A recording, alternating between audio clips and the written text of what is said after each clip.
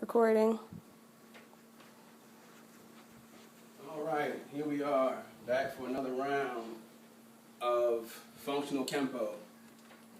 This topic in this video is going to be about making your Kenpo offensive. It's just some tips, so don't try and go, oh, this is the only way to do it. It's not.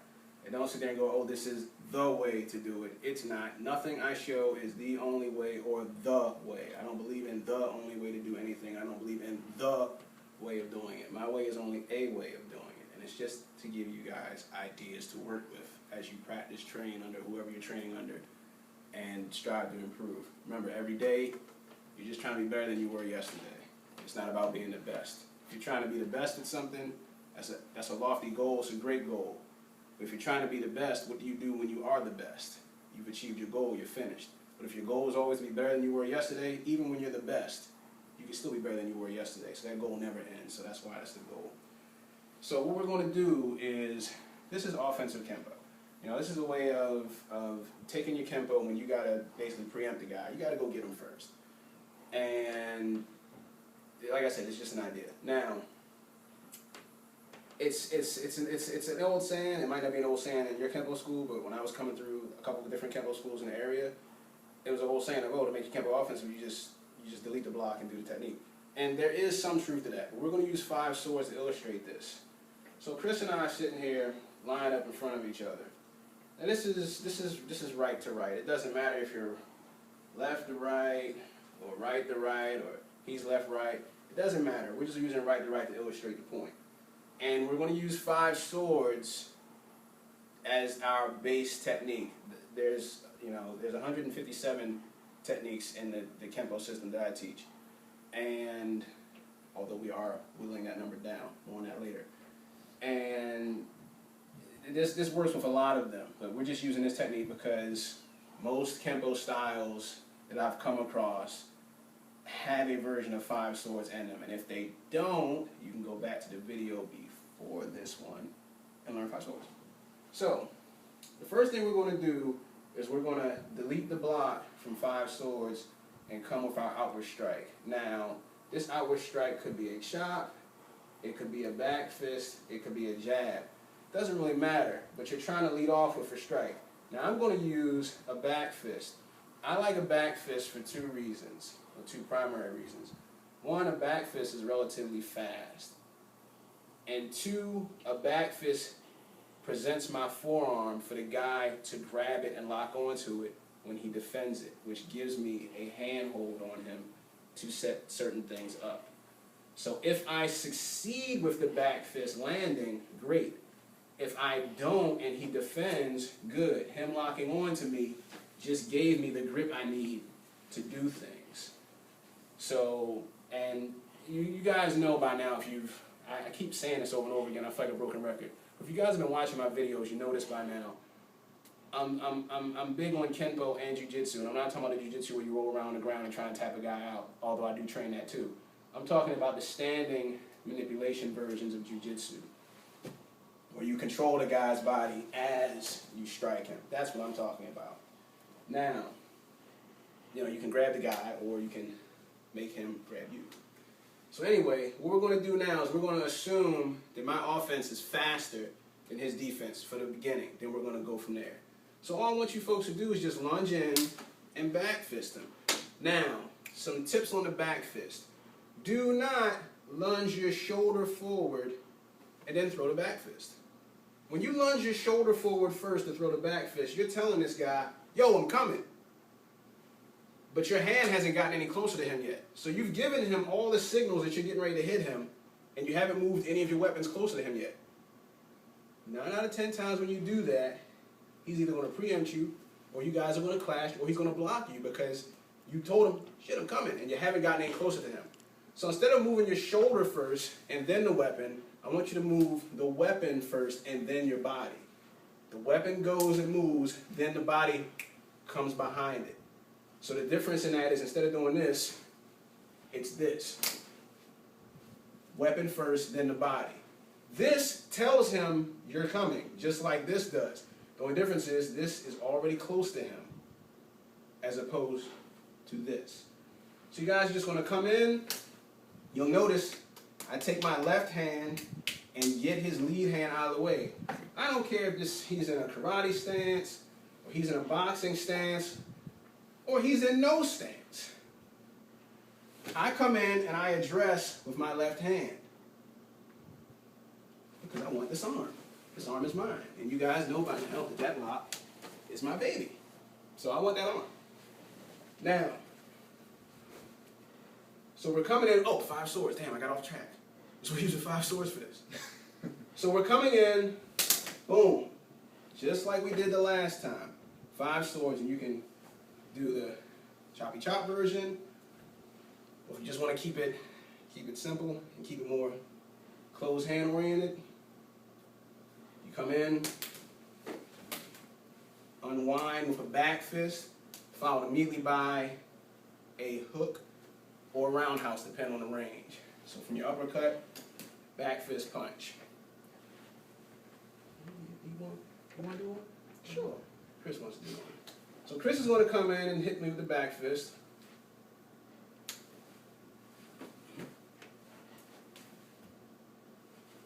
There we go. You want to get like a minute this time?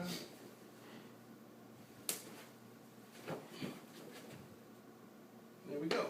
So that's the basic version of it. You know, we're sitting here addressing this guy, and we just come in and do our technique. Now, what do? We come in, and the guy does an initial defense against our technique. So we come in to back fist him, and he puts his hand up. Now you saw earlier where I grabbed his arm and started locking him up and doing all kinds of stuff. But we're sticking to 5 swords for now. So I'm going to come in and back fist. Once he's done this, I'm going to knock his hand down and continue with the back fist. What I don't want you doing is this shit. This shit. Do not do this. I don't want you coming in and then reloading to try and hit this guy hard after he defends you. You got your hand this close to the target, and now you pulled your hand all the way back. You reset yourself, and his other arm hasn't done anything yet either. So you've given him all the time he needs to defend you a second time. Do not do that. Think of it as chess or football or any other game of occupied territory. Once you sat there and covered some ground, you keep the ground that you covered already. You want to sit there and keep tightening the vise on this guy. I start out this far away from this guy, I got this much distance to cover. When I do this, yeah, he defended me, but I only got this much distance to cover. And at this point, you should still have enough in your hips and enough mechanics to be able to sit there and still generate a good amount of power from there. True, you won't hit him as hard as you would have with the first shot. But that's why you've got the rest of your shots. You're still trying to get this move off for now. So we come in, the guy defends, we knock his hand down, and we keep going. Now I'm not moving too fast because it's counterproductive. The camera we're using sucks, and you guys won't be able to see a damn thing. So anybody please don't PM me with the whole, James is not doing Kenpo fast again. We got enough of that shit with the speed video. I know. And you're still not getting what you want. So, no defense this time. So you've got one version of coming in and getting him, primary defense. You've got what to do when he puts up a defense. Now we're going to say you totally screwed it up. You boned it, you messed it up, screwed the pooch, and any other saying you want to pick. You came in, did this, and you were too damn slow, so he defended you. Then either you did this, even though I told you not to, or he's watched my videos, and he knows that this is coming, so he puts his other hand up. You guys should be able to do this by now. You should be able to do this by now. You should be able to do this by now. So, you're going to come in, do this, then do that, and get your shot off anyway. So you come in,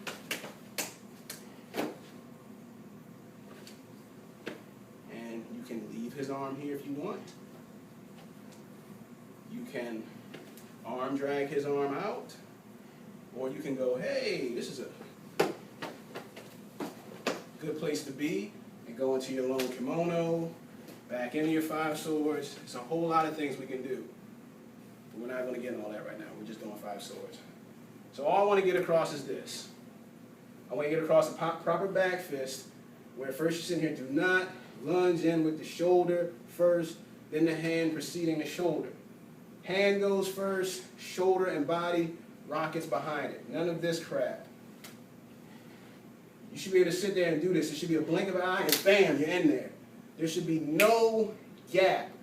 There shouldn't be any discernible in your move. You're sitting here, whole body's going boom. You should be touching this guy before he moves. Chris knows this is coming. He knows what I'm doing. Chris, your job is just to defend with this. That's all your job is. Your job is the minute you see me move, put your hand up. You got it? Defend. No, defend for real. So this is your job, is to sit here and defend. The minute you see me move,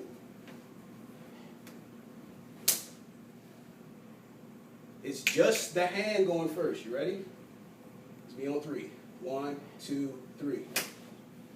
I'm telling him when it's coming, and I'm counting the shit down for him.